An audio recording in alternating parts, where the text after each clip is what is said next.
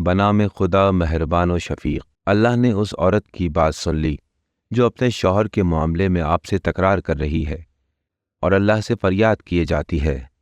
اللہ تم دونوں کی گفتگو سن رہا ہے، وہ سب کچھ سننے اور دیکھنے والا ہے۔ تم میں سے جو لوگ اپنی بیویوں سے زہار کرتے ہیں وہ ان کی مائیں نہیں ہیں، ان کی مائیں تو بس وہی ہیں جنہوں نے ان کو جنم دیا ہے۔ یہ لوگ ناپسندیدہ بات کر رہے ہیں اور جھوٹ بول رہے ہیں۔ بے شک اللہ معاف کرنے والا اور بخشنے والا ہے۔ جو لوگ اپنی بیویوں سے زہار کریں پھر جو کچھ انہوں نے کہا ہے اس سے رجوع کرنا چاہیں تو قبل اس کے کہ دونوں ایک دوسرے کو ہاتھ لگائیں انہیں ایک غلام آزاد کرنا ہوگا۔ تمہیں اس بات کی نصیحت کی جاتی ہے اور تم جو کچھ کر رہے ہو اللہ اس سے باخبر ہے۔ اور جسے غلام میسر نہ ہو تو اسے مباشرت سے پہلے 2 مہینے مسلسل روزے رکھنے ہوں گے، اور جو اس پر بھی قادر نہ ہو اسے 60 مسکینوں کو کھانا کھلانا ہوگا۔ یہ حکم اس لیے دیا جا رہا ہے کہ تم ایمان لاؤ اللہ اور اس کے رسول پر۔ یہ اللہ کی مقرر کردہ حدیں ہیں اور کافروں کے لیے دردناک عذاب ہے۔ بے شک جو لوگ اللہ اور اس کے رسول کی مخالفت کرتے ہیں انہیں اسی طرح ذلیل و خوار کر دیا جائے گا جس طرح ان سے پہلے لوگوں کو ذلیل و خوار کیا گیا۔ اور بے شک ہم نے واضح نشانیاں نازل کی ہیں اور کافروں کے لیے رسوا کن عذاب ہے۔ جس روز اللہ ان سب کو دوبارہ زندہ کر کے اٹھائے گا اور انہیں ان کے عمل سے آگاہ کر دے گا۔ اللہ نے ان سب کا احاطہ کر رکھا ہے مگر وہ بھول گئے ہیں، اور اللہ ہر چیز پر گواہ ہے۔ کیا تمہیں پتہ نہیں کہ اللہ جانتا ہے جو کچھ آسمانوں اور زمین میں ہے؟ جب بھی 3 آدمیوں میں سرگوشی ہوتی ہے اللہ ان میں چوتھا ہوتا ہے، اور 5 آدمیوں میں سرگوشی ہو تو وہ ان میں چھٹا ہوتا ہے۔ خفیہ بات کرنے والے اس سے کم ہوں یا زیادہ، وہ جہاں بھی ہوں اللہ ان کے ساتھ ہوتا ہے۔ پھر قیامت کے دن وہ انہیں بتلائے گا کہ انہوں نے کیا کچھ کیا ہے۔ اللہ ہر شے کا جاننے والا ہے۔ کیا آپ نے انہیں نہیں دیکھا جنہیں سرگوشی کرنے سے منع کر دیا گیا تھا؟ جس کام سے انہیں روکا گیا تھا وہ دوبارہ اسے بجا لا رہے ہیں، اور وہ آپس میں گناہ، دشمنی اور رسول کی نافرمانی کی سرگوشیاں کرتے ہیں۔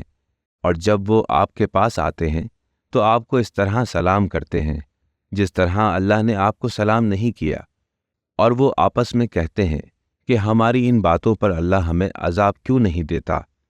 ان کے لیے جہنم کافی ہے، وہ جس کا ایندھن بنیں گے، ان کا انجام بہت برا ہے۔ اے ایمان والو، جب تم سرگوشی کرو تو خبردار گناہ، دشمنی اور رسول کی نافرمانی کی سرگوشی نہ کرنا، بلکہ نیکی اور تقوی کی باتیں کرو، اور اس اللہ سے ڈرو تمہیں جس کی طرف پیش ہونا ہے۔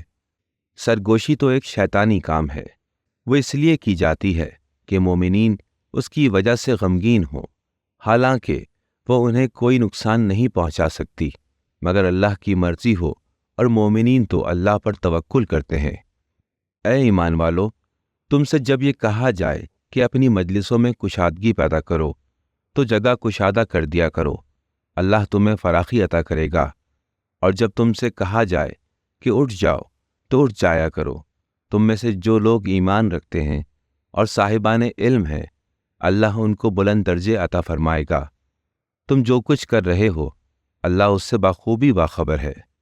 اے ایمان والو، جب تم رسول سے تخلیہ میں بات کرو تو بات کرنے سے پہلے صدقہ دے دیا کرو، یہی تمہارے لیے بہتر اور زیادہ پاکیزہ ہے۔ اور اگر صدقے کے لیے کچھ موجود نہ ہو تو اللہ غفور اور رحیم ہے۔ کیا تم اس بات سے ڈر گئے کہ تخلیہ میں بات کرنے کے لیے تمہیں صدقات دینے ہوں گے؟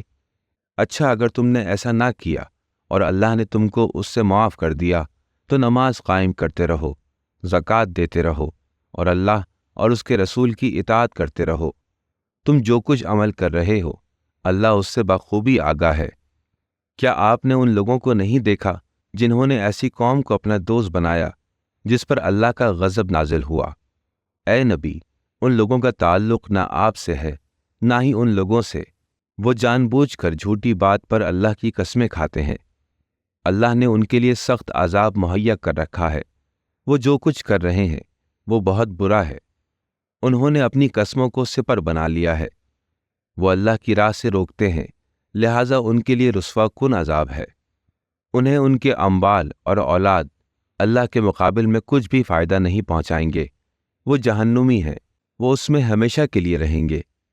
جس دن اللہ ان سب کو اٹھائے گا، وہ اس کے سامنے بھی ویسے ہی قسمیں کھائیں گے جس طرح تمہارے سامنے قسمیں کھاتے ہیں، اور وہ یہ سمجھ بیٹھے ہیں کہ وہ کسی صحیح نہج پر ہیں۔ خوب جان لو، یہ پرلے درجے کے جھوٹے ہیں۔ شیطان ان پر مسلط ہو چکا ہے اور اس نے ان کے دل سے خدا کی یاد کو بھلا دیا ہے۔ وہ لوگ حزب شیطان کے لوگ ہیں۔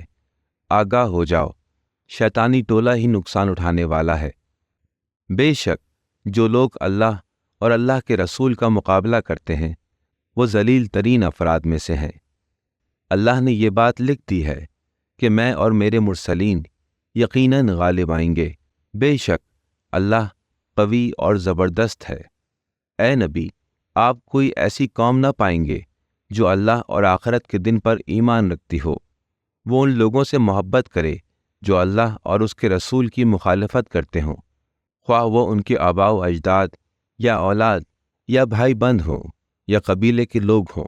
یہ وہ لوگ ہیں کہ جن کے دلوں میں اللہ نے ایمان کو نقش کر دیا ہے اور اپنی طرف سے ایک خاص روح کے ذریعے ان کی تائید کی ہے۔